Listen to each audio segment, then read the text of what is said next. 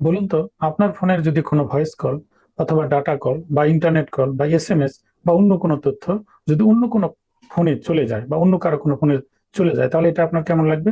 নিঃসন্দেহে খারাপ লাগবে এবং নিঃসন্দেহে এটা বিপজ্জনক ঘটনা। হ্যাঁ, এমনটি হচ্ছে। আপনার কল ফরওয়ার্ডিং এর অপশন চালুর মাধ্যমে আপনার ফোনের ডাটা, আপনার ফোনের এসএমএস এবং আপনার ফোনের ভয়েস কল, ইন্টারনেট কল যে কোনো কারো ফোনে চলে যেতে পারে। এটা নিজেরাও চালু করা যায়, অথবা আপনি জানেনই না, আপনার অজান্তে আপনার বন্ধু বান্ধবী, অফিসের কেউ অথবা পরিবারের কেউ অথবা রাজনৈতিক ভাবে আপনাকে হেনস্থ করার জন্য এই কাজটি করতে পারে। ধরুন, এই বিপজ্জনক ফাংশনটি আমরা ফোন থেকে কিভাবে বন্ধ করব, আমরা এখন মূল ভিডিওতে চলে যাই। আমাদের ফোনে কল ফরওয়ার্ডের চালু আছে কিনা সেটা দেখার জন্য সর্বপ্রথম হচ্ছে কল ডায়াল প্যাডে আমাদের ক্লিক করতে হবে। তো কল ডায়াল প্যাডে ক্লিক করার পরে আমাদের যেটা করতে হবে সেটা হচ্ছে *#6 2# এটা ডায়াল করতে হবে। এটা ডায়াল করলে দেখবেন যে আমাদের ফোনে যদি কোনো কল ফরওয়ার্ডে থাকে, তাহলে দেখবেন যে ইয়েস ফরওয়ার্ড দেখেন এখানে কল ফরওয়ার্ডিংয়ের নিচে দেখেন কয়েকটা অপশন আছে। ভয়েসের ক্ষেত্রে নোট ফরওয়ার্ডেড, ডাটার ক্ষেত্রে নোট ফরওয়ার্ডেড, ফ্যাক্সের ক্ষেত্রে নোট ফরওয়ার্ডেড, এসএমএস এর ক্ষেত্রে নোট ফরওয়ার্ডেড, এরকম সিনক্রোনাইজ আরও যেগুলো অপশন রয়েছে এগুলো নোট ফরওয়ার্ডেড। অর্থাৎ আমার ফোনে কোনো কল ফরওয়ার্ডিং অপশন চালু করা নেই। তো সেক্ষেত্রে বুঝতেই পাচ্ছেন, যদি এখানে কল ফরওয়ার্ডেড অপশন চালু থাকতো তাহলে ইয়েস ফরওয়ার্ডেড লেখা থাকতো। কার ক্ষেত্রে?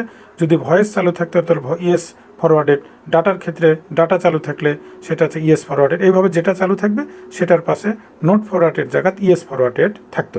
এখন প্রশ্ন হলো যে অনেকের হচ্ছে এই আপনার হচ্ছে *#6 2# এইটা ডায়াল করার মাধ্যমে এটা নাও আসতে পারে। সেক্ষেত্রে আরেকটি ডায়াল করতে হবে।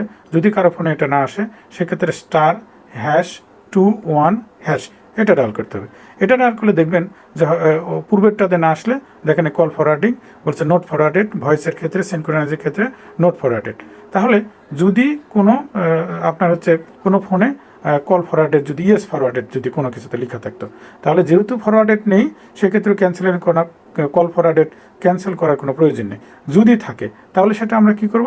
সেক্ষেত্রে হচ্ছে আমরা ক্যান্সেল ফরওয়ার্ডিং, কল ফরওয়ার্ড চালু করার ক্ষেত্রে, ক্যান্সেল করার ক্ষেত্রে সেই ক্ষেত্রে আমরা যেটা করব যে তারপর হচ্ছে 21# এটা ডায়াল করব। তাহলে যদি কোনো ভয়েস কল বা ডাটা কল যদি আমাদের চালু থাকে, দেখেন সেক্ষেত্রে আমাদের হচ্ছে সেটা ডিজেবল হয়ে যাবে। দেখেন call forwarding has been disable. তারপরে যদি এটাতে না আসে, #21# দিয়ে যদি না আসে, সেই ক্ষেত্রে আমরা যেটা ডায়াল করব #002# এটা ডায়াল করব। তাহলে এটা ডায়াল করলে সেক্ষেত্রে চলে আসবে then call forwarding has been disable.